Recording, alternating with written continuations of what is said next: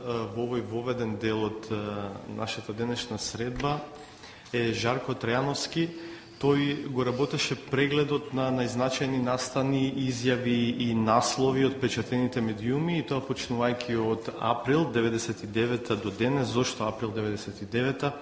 Тоа е периодот непосредно пред донесувањето на законот за постапување со досијата за лица водени од службата за државна безбедност. Тој во ова книга констатира дека без увидот во овие настани, изјави и наслови во кои што и не е неопходна длабинска анализа на контекстот во кој се дадени за да се забележат промените на ставовите кај главните актери, како и промената на уредувачката политика на медиумите во врска со темата лустрација, но вели без увид во овие промени тешко би можело да се проникне и во развојните фази на македонската лустрација. Зошто еве повеќе од Жарко, повелете. Благодарам. Добро. Океј. Благодарам. Лустрацијата не е само процес на донесување на закони, гласање на тие закони, дебата околу закони, спроведување на закони. Во голема мера македонската лустрација беше еден медиумски процес и токму затоа се појави потребата од изработка на една хронологија, каде што ќе може да се видат изјавите на луѓе од крв и месо, кои што беа вклучени во процесот, не само како иницијатори на процесот, како и негови оспорувачи, како новинари, како коментатори, како критичари и како жртви. Она што е битно овдека, има еден обид да се периодизира македонската лустрација во главни периоди, почнувајќи од периодот 1999-2000 година, како прв период, кој што е насловен Стоп за законот за лустрација, се отвораат само политичките досија, односно се укажува на тоа дека првиот предлог закон за лустрација е поднесен во собранието уште во 2000 година и не е донесен поради недостаток на политичка волја на владата на Љупчо Ѓоргиевски. Тоа значи дека имало желба, се подготвил закон, меѓутоа главните актори се откажуваат од лустрација, а се носи само закон за постапување со досијата, кој што многу контроверзно се спроведува, затоа што за тоа подоцна ќе видиме ќе има другите излагачи ќе кажат повеќе. Вториот период е подготовката и донесувањето на законот за лустрација предложен од Стојан Андов, и тоа период од декември 2005 до јануари 2008 се води еден процес на една јавна дебата, жолчна јавна дебата, каде што голем број ќе можете да видите изјави на голем број од иницијаторите и на критичарите на лустрацијата, и како се развивале тие изјави во овој период од 3 години. Меѓутоа, она што е клучно тука да се нагласи е дека главните критичари од страна на организациите за човекови права, како што се Хелсиншкиот комитет, меѓутоа и пред се Народниот правобранител, предупредија на време во што ќе се претвори овој процес, меѓутоа нивните предупредувања не беа сериозно земени од оние кои што го иницира и овој процес. Мислам дека тука треба да се стави акцент пред се на она што го укаже Народниот правобранител, меѓутоа Хелсиншкиот комитет, меѓутоа не само тие, туку и дел од жртвите на комунистичкиот режим исто така укажува дека ова што се случува нема да биде лустрација, туку ќе биде една политичка пресметка. Тие изјави барем мене ми се најинтересни. Третиот период е имплементацијата на законот, укинување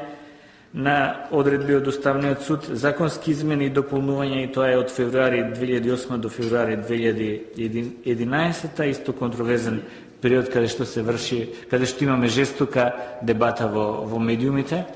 и напади на институциите како што се Уставниот суд после укинувањето на одредбите.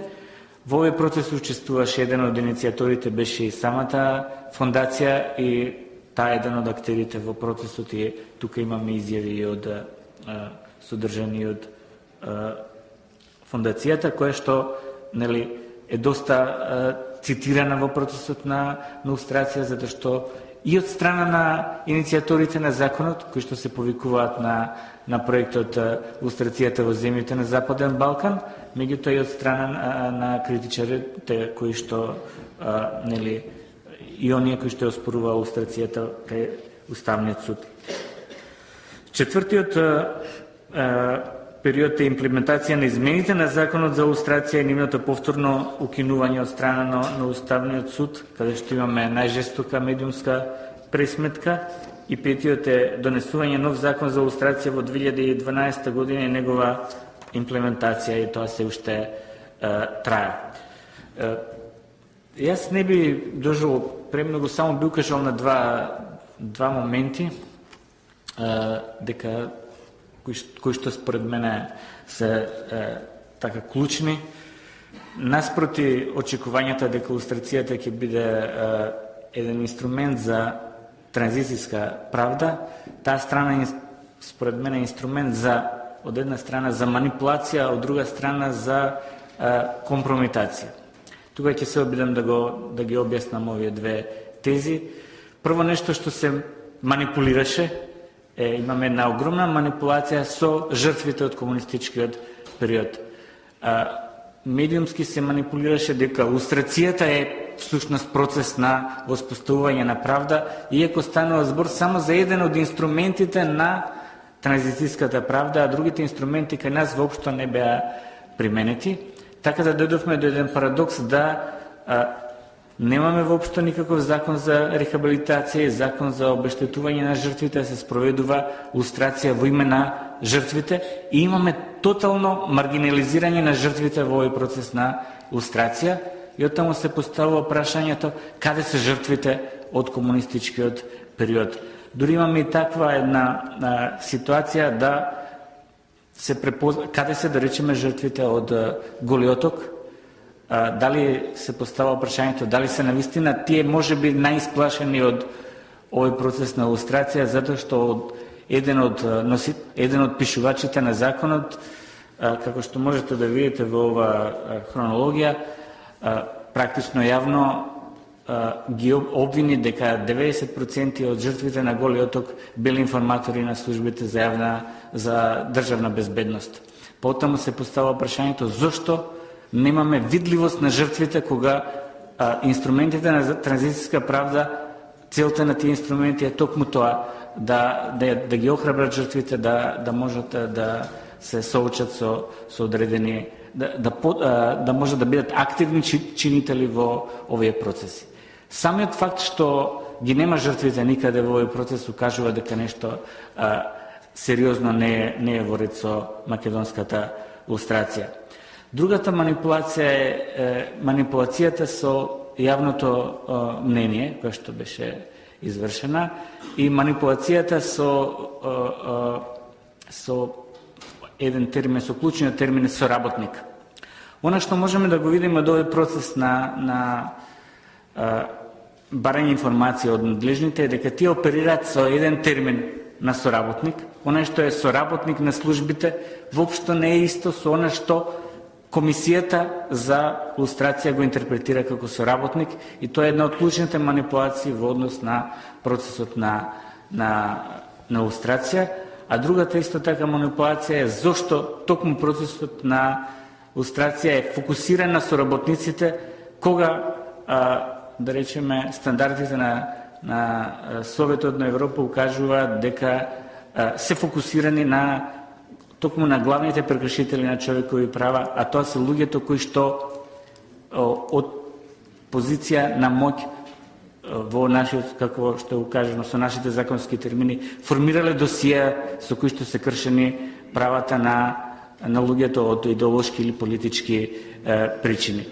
Зошто фокусот на македонската лустрација не беше ставен, значи, на оние кои што наредувале формирање на политички досија, оние кои што обработувале политички досија, оние кои што врбувале соработници, оние што ги користеле информациите од тие досија и најпосле оние кои што со благодарение на тие досија ги кршеле и повредувале човековите права на жртвите од идеолошки и политички причини. Туку од самиот почеток имаше една медиумска манипулација, свртување на вниманието кон соработниците, за кои што дел од критичарите на македонската лустрација укажуваат дека дури и да направиле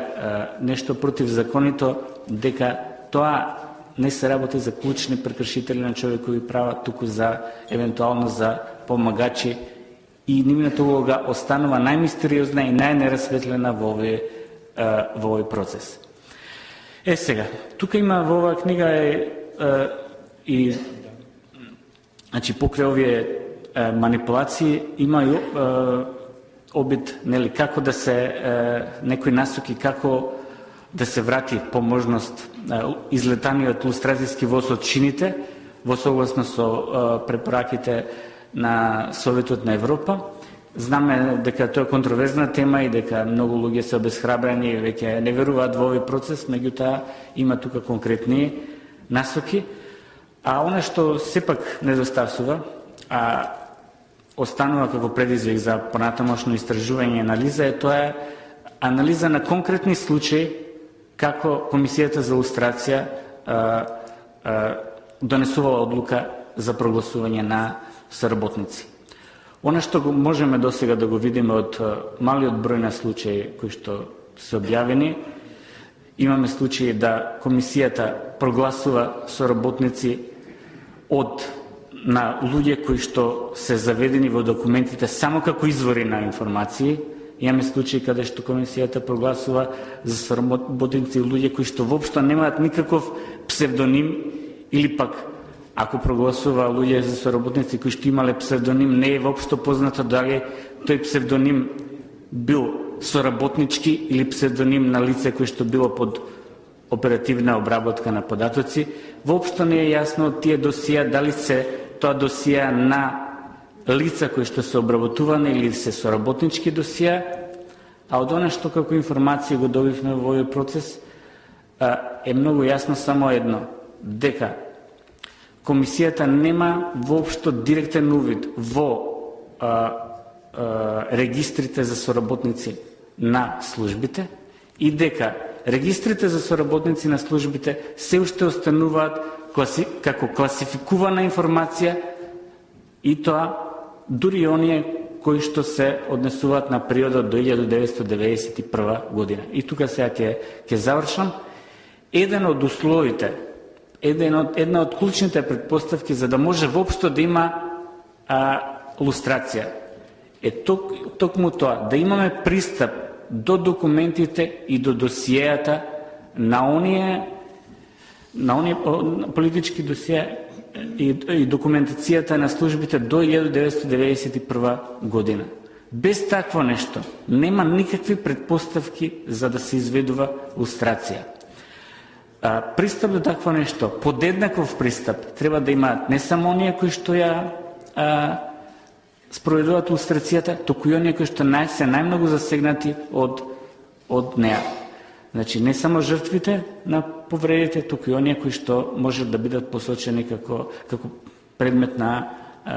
лустрација. Без такво нешто не е возможно да се спроведе лустрација, и токму затоа сето ова е една голема медиумска, поскоро една медиумска манипулација отколку процес на лустрација. Она што може за жал да се заклучи е дека воопшто нема никаков дисконтинуитет на службите до 1991 година па до денес. Затоа се поставува прашањето: ако се уште регистрите на комунистички соработници се уште заштитени и се наоѓаат во службите, ако нивните досија се уште се заштитени и се наоѓаат повторно кај службите и до нив пристап нема ниту од Комисијата за лустрација, како е можно да се извршува лустрација во Македонија? И токму затоа овој процес поскоро наликува на една манипулација и на обид за политичка компромитација на одредени политички неистомисленици на луѓето кои што се на власт, меѓутоа не само за нив, туку и компрометација на институциите на системот, како што се Уставниот суд и другите судови во Република Македонија. Тука